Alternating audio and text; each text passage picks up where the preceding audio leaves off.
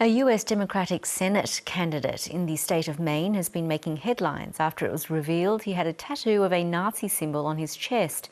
The depiction of a skull and bones was adopted by SS troops that guarded concentration camps in Nazi Germany. Well, the candidate says he's since had it covered up, but it's just one of a number of incidents involving Nazi imagery or references in US politics in recent weeks. Let's speak to Alexander Hinton, Distinguished Professor of Anthropology at Rutgers University and Director of the Centre for the Study of Genocide and Human Rights. Professor Hinton, really good to have you on our program tonight. Thank you. Now, Maine Senate candidate Graham Platner is surrounded in controversy, in particular one focusing on a tattoo that he had years ago. Yeah, that's right. It seems to be something that's becoming almost commonplace here. But, he was in the military, and when he was in the military, he claims this was something that many people got. It was pretty clear Nazi imagery, but at least he's gone and apologized for it. Whereas on the right, there have been some incidents where there haven't been apologies, and it's almost become normalized and perhaps a point to brag about. How significant is it, this symbol that he did have, and what's been the reaction? Are you surprised by it at all? Well, I study this stuff, so I'm not that surprised, especially since it's so pervasive in the military. But again, there have been other things going on, like a Young Republicans chat string that came out where there was all sorts of offensive language used. There's sort of two things going on. One is, as I said, the military culture, and this is not just true in the US, but in many militaries across the world, where there's sort of neo-Nazi imagery that sometimes is, people get tattoos, they use language that's offensive. But I think the key thing is the Democratic candidate, as I said, has apologized. He's gotten it covered over, whereas there's much more of this taking place on the far right of the U.S. I'm happy to get into that, but yeah. So I think it's broadly a cause for concern. More specifically within the U.S. MAGA right. There's been this critique of quote unquote wokeness. People used to talk about as political correctness. In a certain way, a central plank of MAGA is free speech. And sometimes it's taken to be, well, you can say anything you want to say, even really offensive things. And you do it in a way where you're joking. And afterward you say, well, I was just kind of joking in this context. I didn't really mean it.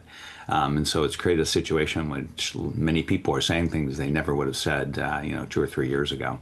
Well, how has the Trump era of politics changed the way issues like these are handled by both sides of politics? Well, previously, it may have spelt the end of one's political career. Yeah, absolutely. But that's completely out now. Sort of things like the Me Too movement, when people say things, critiquing them, that's sort of in the distance at the moment.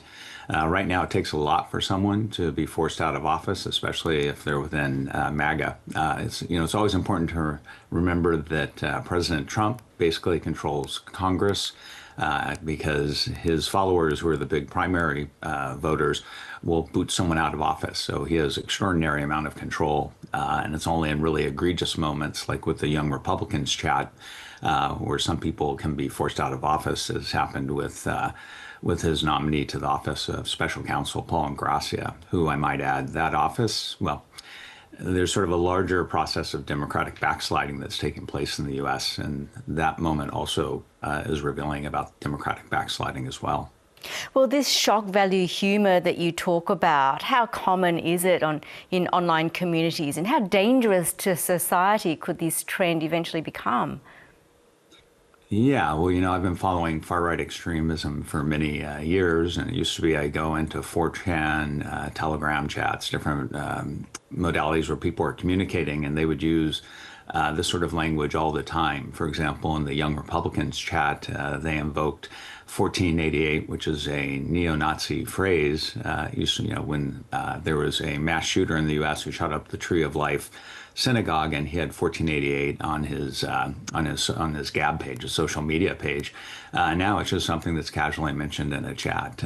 But again, this was all stuff that you'd find in extremist conversations that now apparently has migrated to mainstream MAGA Republican Party discourse that's slightly off the main screen, because this was a private Telegram chat where this stuff emerged. And what do you put this all down to, that people have become so brazen? How significant an increase has there been in the use of Nazi symbolism and language, especially online?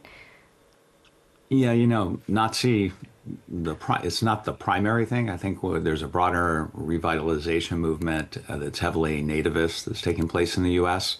And as part of that, Nativism, which is a looking back to sort of the ethnic original inhabitants, and by that they don't mean the indigenous peoples, they mean the people who settled, the original settlers of the U.S. And as part of that, most of the settlers were white. And so this language is, Americans first, kick non-whites out of the country who are not supposed to be here.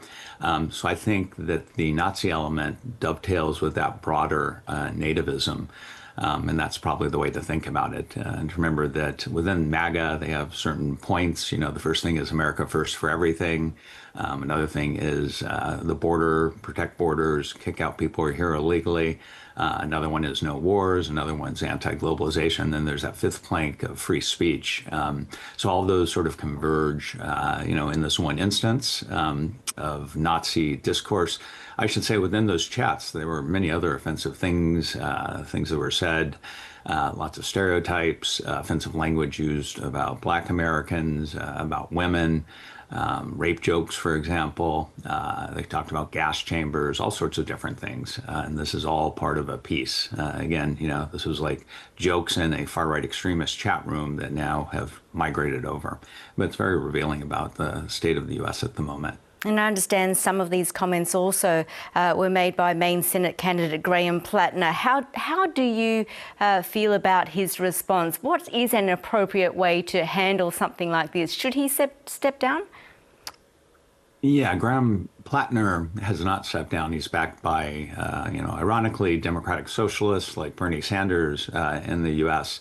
And he would just withdraw from, his nomination. And actually, there's another candidate running in the race, another Democrat who's more likely to get the nomination anyways.